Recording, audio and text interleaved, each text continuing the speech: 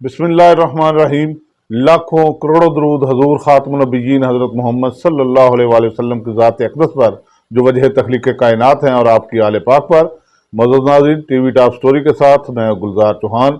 आज के हमारे मौजूद मेहमान एक ऐसी शख्सियत जो दो मुख्तलिफ शोबों में हावी हैं, छाए हुए हैं। मेरी बात मलक हमायूं शहजाद साहब, आप साबक चेयरमैन हैं डिस्ट्रिक्ट प्रेस क्लब हाफिजाबाद के, और जब चेयरमैन थे तो बड़े अच्छे अंदाज से उन्होंने अपना टेन्योर गुजारा। तो साथ ही ये सदर हैं मरकजी अंजुमन ताजरान इत्तेहाद जिला हाफिजाबाद के। तो मलक साहब, सबसे पहले तो मैं आपको अपने प्रोग्राम में खुशामदीद कहता हूँ और मैं शुक्रगुजार हूँ कि आपने अपने कीमती वक्त में से हमें टाइम दिया। तो मेरा पहला सवाल कि आप बतौर जर्नलिस्ट आपने जब आगाज़ किया, मुझे याद है अबरार मिर्ज़ा इधर डीसी होते थे, डीसीओ थे उस दौर में, आपने रोजनामा बल्कि दिन न्यूज़ चैनल जो है उसके साथ उससे आपने आगाज़ किया था। तो अच्छा वर्क करते रहे। आजकल भी आपके पास बड़ा चैनल है, 92 है।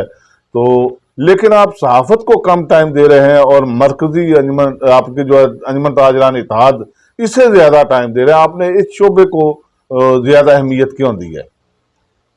जी बिल्कुल चौहान साहब, आप ठीक कह रहे हैं। वो हमारा मरकज़ी अंजुमन ताजरान इत्तेहाद का एक मंशूर है कि यही है इबादत, यही दीनो ईमां, अच्छा। कि दुनिया में काम आए इंसान के इंसान। मैं ये समझता हूँ कि हाफिज़ाबाद के जो ताजर थे वो इस हवाले से बेचारे बड़े पिसे हुए थे कि उनकी मार्केटों में, उनके बाज़ारों में जिस तरह का ज़िली इंतज़ामिया की जानिब से एक प्रेशर डेवलप किया गया था और उनको जुर्माने किए जाते थे उनके सैंपलिंग को देखकर या बाकी चीज़ों की सूरत को देखकर, वो बेचारे दुकानें बंद करके भाग जाते थे। तो उस वक़्त की जो इंतज़ामिया थी या उस वक़्त के जो ताजर थे, वो इस हवाले से जब मैं इनका ये चीज़ें देखता था, फ़र्क देखता था, अच्छा। तो मैं ये समझता था यार ये ताजर बेचारे, इनको एक इनकी आवाज़ बुलंद करने के लिए, इनके हकूक़ इनको दिलाने के लिए, तो मैंने कोशिश की कि यार मैं एज़ ए ताजर भी अपना किरदार अदा करूँ। ताजरान के हकूक दिलवाने के लिए आप उस साइड पे आपने ज्यादा टाइम दिया। जी बिल्कुल। तो ताजरान को फ़राइज़ की अदायगी के हवाले से भी कुछ आपने कभी कहा है? देखिए हकूक जी, की तो बात करते हैं, उनका भी कुछ फ़राइज़ भी हैं। फ़राइज़ देखें जी, मैं ये समझता हूँ किसी भी मुल्क की रीढ़ की जो हड्डी है वो उसके वो ताजर होते जी जी। हैं। तो ताजर अपने फ़राइज़ इस तरह सर अंजाम दे रहे हैं कि अगर आप पूरे पाकिस्तान में देखें, डायरेक्ट और इनडायरेक्ट, बल्कि इनडायरेक्ट इतने ज़्यादा टैक्सीज़ हैं, इतने ज़्यादा टैक्सीज़ हैं कि अगर आप एक माचिस की डब्बी खरीदते हैं जी जी। या अपने मोबाइल पे आप लोड करवाते हैं तो इनडायरेक्ट टैक्सीज़, आप बिल्कुल। पेट्रोल अगर हाँ। डलवाते हैं तो इतने ज़्यादा टैक्सीज़ हैं। लेकिन डायरेक्ट टैक्सीज़ में भी ताजरों ने वो कभी भी ऐसा नहीं है, मैं जब अपनी ताजरों के हवाले से, जब हमारी इनकम टैक्स के अफीसरान से होती है, मीटिंग्स होती हैं, तो मैं अपने ताजरों को भी ये कहता हूँ कि यार आपके जो वकला हजरात हैं, ये आपका जो टैक्स है वो इस तरह करते हैं कि यार वो प्लस माइनस करके बिजली के बिलों में ये इस जी तरह जी। करके सारा वो बराबर कर देते हैं। तो मैं अपने ताजर भाइयों से कहता हूँ यार ये आप यार ये कोशिश किया करें कि कम से कम अपने वकील को ये कहें, अगर आप 20-25 हज़ार फीस ले रहे हो तो कम से कम 20-25 हज़ार या 50 हज़ार जितना ताजर का एक टैक्स बनता है उसके कारोबार के हिसाब से वो भी दे। तो हम कोशिश करते हैं कि अपने ताजरों को इस हवाले से एजुकेट भी करें और जितना मैक्सिमम हमारे मुल्क को ये हम अपने साथ, ये एक तरह का तावन है, अगर हम मुल्क को टैक्सेस देंगे तो हमारा मुल्क बेहतर तरीके से चलेगा। तो ये हमारी कोशिश एज ए ताजर ज़्यादा होती है। ठीक है, बड़ी अच्छी बात है। मलक साहब, मौजूदा हालात में दौर जो जा रहा है इसमें ख़ास तौर पे महंगाई इतनी ज़्यादा है, रेट तो रही कोई, जिसका जो जी चाहता है रेट लगा देता है। जी और ख़ास तौर पे जो खुद साख्ता महंगाई ये ताजर करते हैं, इसके खात्मे के लिए कभी आपने ताजरों को कहा खुदारा ये गरीब आवाम है, पाकिस्तान के शहरी हैं, बाशिंदे हैं, गरीब लोग हैं, इन्हें भी जीने का हक दिया जाए, और जो मसनूई महंगाई आप करते हैं और भरपूर मुनाफा लेते हैं, कोई इनके हाल पर रहम की? इस हवाले से कभी कोई बात हुई है आपकी? चौहान साहब, आप बिल्कुल बिल्कुल ठीक बात कर रहे हैं, लेकिन अलमिया ये है कि ये जो मसनूई महंगाई है, जी जी। ये इसका जो लेवल है वो निचले लेवल पे तो ताजर बेचारा पिस रहा है। ये महंगाई बिल्कुल होती है, ये बड़े अपर लेवल पे महंगाई ठीक। हो रही है।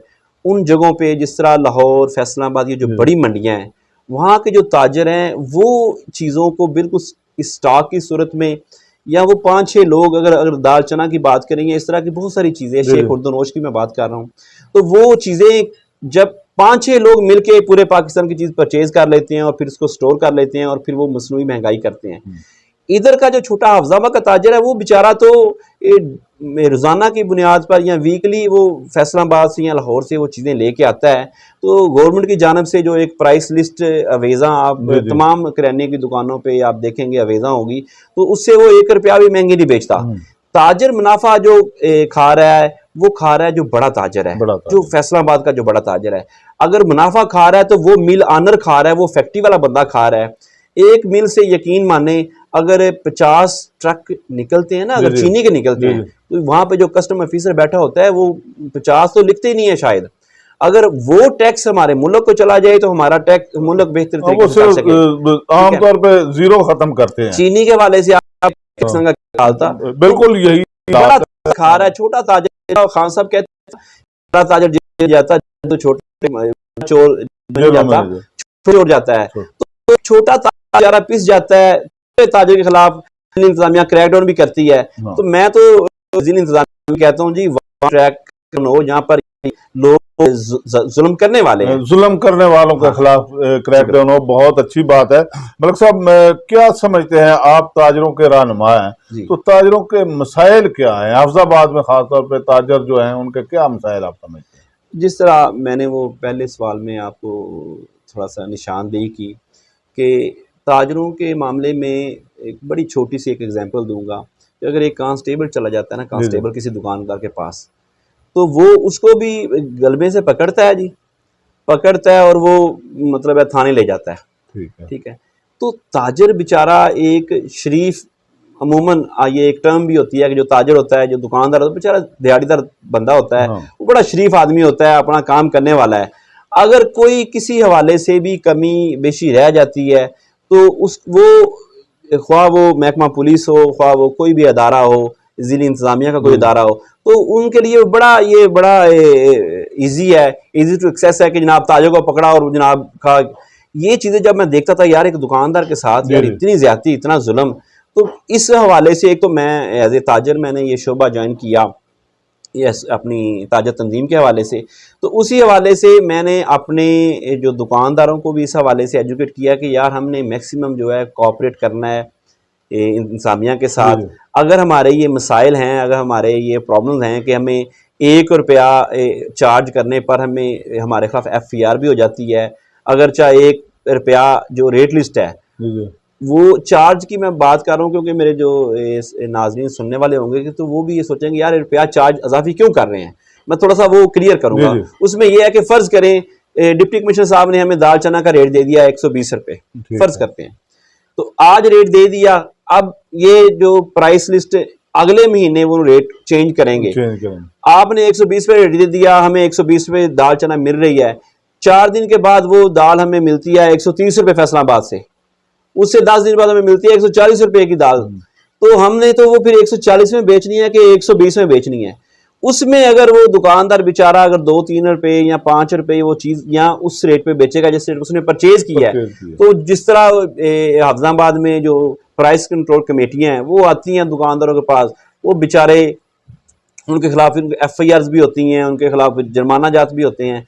ये एक मैं समझता हूँ बड़ा जुल्म है, बिल्कुल जुल्म है। प्राइस कंट्रोल करने का जो पाकिस्तान में तरीका है ये बिल्कुल तरीका बड़ा गलत तरीका है। दुनिया में इस तरह नहीं है, कंपटीशन का दौर है। यकीन माने अगर सामने वाले दुकानदार एक चीज़ 500 की बेच रहा है तो उसे सामने वाले ने कंपटीशन का दौर है वो भी उसने भी 500 की बेचनी है, 490 की बेचनी है।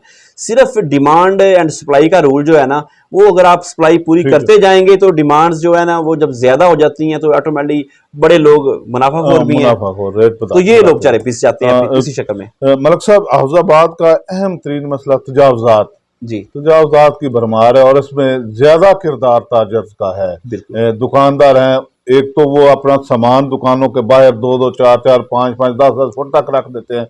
आपने देखा होगा ये इधर रुई के बोरे 10 फुट तक वो लगा देते हैं, टोकरे और वो मांझे, इस तरह की चीजें भी। मतलब हर दुकानदार 10 फुट अपना हक समझता है कि दुकान के सामने, उसके आगे उसने फड़ी लगवा दी, उससे पैसे लिए, उसके आगे रेडी लग गई, रेडी वालों से बल्दिया वाले भी पैसे लेते हैं और दुकानदार भी रेडी वाले को काम काज करके अपना खाता पूरा करता है।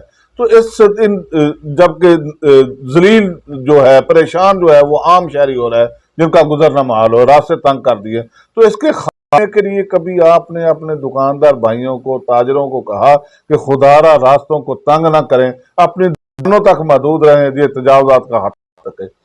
ये चौहान साहब, आपके सवाल चूँकि माशाल्लाह आप सीनियर जर्नलिस्ट हैं, तो इस तरह के सवालात हैं, मुझे जवाब देने में मैं ये समझता हूँ कि मैं जवाब लाजमी दूंगा, लेकिन ज़िली इंतज़ामिया की जानिब से या जो हमारे डिस्ट्रिक्ट पुलिस ऑफिसर साहब बैठे हैं, तो शायद वो ये कहेंगे कि आज हुमायूं शहजाद ने एज ए ताजर सारा फोकस ज़िली इंतज़ामिया या महकमा पुलिस पे रखा हुआ है हर जवाब में। बिल्कुल, जिस जगह पे तजावज़ात होती है उसमें तजावज़ात ज़्यादा होने में सबसे बड़ा किरदार उस डिपार्टमेंट का होता है जो तजावज़ात को रोकने वाले हैं। ठीक है, अगर किसी इलाके में मंशियात बिकती है तो उसमें मंशियात को रोकने वाले जो बैठे हुए हैं उनका किरदार आप समझते हैं कि वो वीक होता है, उसमें उनके जो भी मामलात होते हैं आप भी समझते हैं, एज ए जर्नलिस्ट मैं भी समझता हूँ। तो तजावज़ात के हवाले से भी यही सूरत हाल है।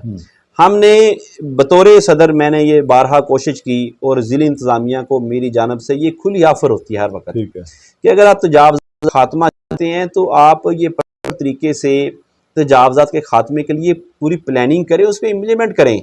हम अपने दुकानदार भाइयों के साथ नहीं बैठेंगे अगर वो गलत करेंगे तो, ठीक है, हम आप लोगों के साथ बैठेंगे।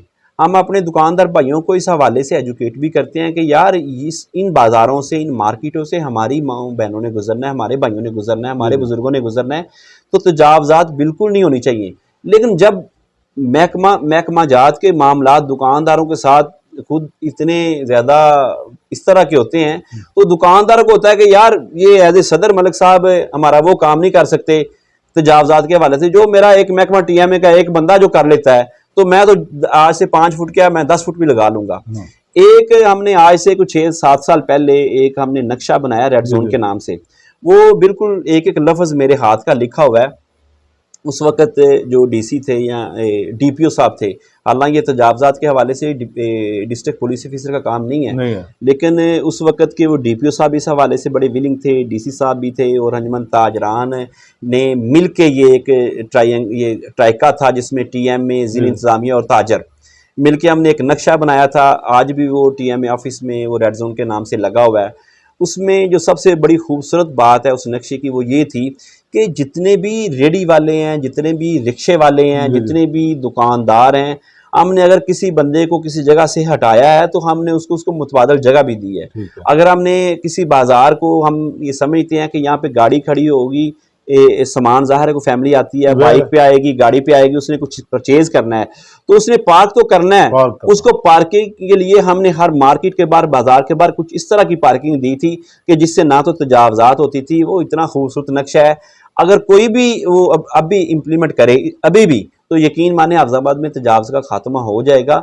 अगर दुकानदारों ने कुछ चीज़ें बाहर ज़्यादा उन्होंने मतलब तजावज़ किया हुआ है तो उसमें बड़ा जो हिस्सा है वो मैं फिर उसी महकमे को बोलूँगा, शायद मेरा इंटरव्यू सुन के उनको ये चीज़ें बुरी लगती हों, लेकिन हम बतौर सदर हम हाजिर हैं, जब भी हमें बुलाएं हम तजावज़ात के आप महकमे को छोड़ दें, आप बतौर सदर और दुकानदार और सदर है ना, दुकानदार अगर आप उन्हें कहें कि अपने तौर पर तजावज़ात खात्मा कर दें, अगर वो दुकानों तक महदूद रहेंगे तो महकमों की तो जरूरत ही नहीं पड़ेगी ना। अगर मैं अपना सामान अपनी दुकान के अंदर रख लेता हूँ तो महकमे वाला जाए भाड़ में, उससे क्या फर्क पड़ता है? तो अगर सब दुकानदार खुद चाहें कि हमने खात्मा करना है तजावज़ात का, अपनी दुकानों तक महदूद रखें, तो क्या खात्मा नहीं हो सकता? महकमे को इन्वॉल्व भी ना करें। भीड़ चाल है, आप भी समझते हैं कि हम बतौर हम कौम तो नहीं है, एक कौम अगर बन जाए ये चीज़ें सारी तो बड़ी आइडियल है। आप उस बात की जिक्र कर रहे हैं जो आइडियलिज्म है, तो मैं ये समझता हूँ आइडियल तो आप भी समझते हैं कि बिल्कुल पाकिस्तान में और खुसूसन हाफिजाबाद में ये हम अपना किरदार ही अदा कर सकते हैं इसकी बेहतरी के लिए, अपने हाफिजाबाद की बेहतरी के लिए, तो वो अल्हम्दुलिल्लाह हम करते रहते हैं कि हाफिजाबाद की बेहतरी के लिए हम अपना किरदार। मलिक साहब, एक वक्त था कि हाफिजाबाद में एक ही तंजीम थी, मरकजी अंजमन ताजरान, शेख हमजद साहब उसके सदर थे और आप उसके जनरल सेक्रेटरी हुआ करते थे। फिर क्या किसी की नज़र लग गई या एक पुराना रूल जो अंग्रेज का आ रहा है डिवाइड एंड रूल कि इन्हें तकसीम करो और हुकूमत करो, कहीं किसी बाअसर ने, किसी ऐसी शख्सियत ने जो हुकूमत करना चाहता हो इसकी आड़ में कोई ऐसा तो किरदार अदा नहीं किसी बंदे ने कर दिया कि आपको आपस में दो हिस्सों में तकसीम कर दिया। आज दो तंजीमात हैं और हर बाजार में कोशिश होती है एक तंजीम की कि हमारे अहदेदार हैं, हमारी तंजीम बनी है, तो दूसरा चाहता है कि मैं भी वहां दो चार पांच बंदे खड़े करके अपनी तंजीम जरूर अनाउंस करूं, चाहे वो ताजर हो या ना हो। कोई भी काम करता हो, कोई मोहल्लेदारियों ने खड़ा करके तंजीम जरूर बनानी है। तो एक वक्त था आप इकट्ठे थे, क्या हुआ ये? असल में जवान साहब, मैं ये समझता हूँ कि जमहूरी जो प्रोसेस होता है जी ना, जी वो बड़ा बेहतरीन होता है। जमहूरी अगर बात की जाए उस वक़्त, आज से जब हम 2 साल पहले अलहदा जी जी हुए, तो उस वक़्त 20-25 जो सदूर और सेक्रेटरीज़ ने एक एप्लीकेशन पे साइन किए और उन्होंने कहा जी पिछले 9 साल से ये शेख साहब सदर और मलक हुमायूं साहब जनरल सेक्रेटरी हैं, जी जी तो ये सारी उम्र क्या हम पर यही मुसल्लत रहेंगे? ठीक है। इनका भी इलेक्शन होना चाहिए, हमें भी चांस मिलना चाहिए। तो उस एप्लीकेशन के ऊपर मैंने भी दस्तखत किए, क्योंकि ठीक मैं है, ये समझता हूँ जमहूरियत इसी का नाम है किसी का नाम। कि आप किसी के ऊपर मुसल्लत ना रहें। हाँ, यार सबका हक है, सबका हक है। ठीक है। जब मैंने भी दस्तखत कर दिए तो मोहतरम शेख हमजद साहिब जो वो जब उन्होंने देखा कि यार ये इस तरह का माहौल है, तो शायद वो डर गए, वो डर के वो भाग गए। उन्होंने चंद लोगों को इकट्ठा किया, अपने गले में हाथ डाला, गले में हाथ डाल के खुद ही अपने आप को सदर उन्होंने मतलब अनाउंस कर दिया। तो उसी के अंदर जो उन्होंने लोग, जिन लोगों को बुलाया हुआ था, उन्होंने इतराज़ किया कि शेख साहब इसी तरह नहीं होता, ठीक है। आप एक जमहूरी तरीक़ाकार है, आप उस हवाले से इलेक्शन लड़ें। मलक हुमायूं शहजाद हैं हमारे जनरल सेक्रेटरी, और सेठ हुमायूं साहब बानी हैं, अरशद भट्ट साहब वाइस चेयरमैन थे, नायब सदर थे, सीनियर नायब जी जी सदर। इस तरह के कितने लोग हैं, आपने उन लोगों को मतलब है बुलाएं, अगर आप समझते हैं आप उनसे इलेक्शन लड़ लें। इस तरह आप जो गले में हाथ डाल रहे हैं। फिर वही लोग अगले दिन हमारे पास आए, उन्होंने कहा जी ये शेख साहब ने बड़ा एक गैर जमहूरी अमल किया है, हम ठीक उनके है। साथ नहीं हैं, आप इस बात पे आप बिल्कुल खामोश ना रहें। तो उन दोस्तों ने हम पर इतमाद किया, तो हम पर इतमाद की और हमें दोबारा हमने अपना जो एक बाज़ारों में हाँ, जितनी मार्केटें और हैं, बाज़ार हैं, उनके सदूर इकट्ठे हुए, तो उन्होंने फिर हमें मुझे एज ए सदर नामज़द किया। तो अल्हम्दुलिल्लाह अल्लाह ताला ने वो इज़्ज़त दी मुझे। तो ये आप लोग भी जानते हैं कि आज हाफिज़ाबाद का जो 80% ताजर है वो मेरे साथ है, और मेरी खिदमात जो ताजरों के हवाले से हैं वो किसी से ढकी हाँ, छुपी नहीं है। बिल्कुल आपने ठीक कहा। तो मैं पूछना को क्या कोई ऐसा तरीका बन सकता है कि आप दोनों ग्रुप इकट्ठे होकर एक तंजीम में दोबारा इकट्ठे होकर चले? बिल्कुल जी, मैं तो इस हवाले से कभी भी नहीं भागा। आज आज शेख साहब अगर चाहते हैं तो आज आज वो इलेक्शन मतलब है लड़ लें। अगर उनको उनके वोट ज़्यादा हुए तो मैं खुद उनके गले में हाथ डाल दूंगा। नहीं, देखिए ये तो जमहूरी तरीका है ना, अगर उनके पास ज़्यादा सदर वोट डाल देते हैं तो मैं उनको हाथ डाल दूंगा। अगर उनके पास बंदे नहीं हैं तो फिर वो मुझे माने और वो ठीक है। बड़ी अच्छी बात की मलिक साहब आपने। नाज़रीन, आपने गुफ्तगू सुनी। मलिक हुमायूं शहजाद हमारे आज के मौजूद मेहमान थे। इन्होंने ताजरान अपनी तंजीम के हवाले से, ताजरों के हवाले से आज हमारा खुसूसी गुफ्तगू थी। इन्होंने भरपूर अंदाज से अपनी तंजीम की भी नुमाइंदगी की। तो इंशाअल्लाह दोबारा भी इनसे मुलाकात होगी और मज़ीद इसी हवाले से इस सिलसिले को आगे हम चलाएंगे। तो इन्हीं अल्फाज के साथ अपने मेज़बान गुलजार चौहान को इजाज़त दीजिए। अल्लाह हाफ़िज़।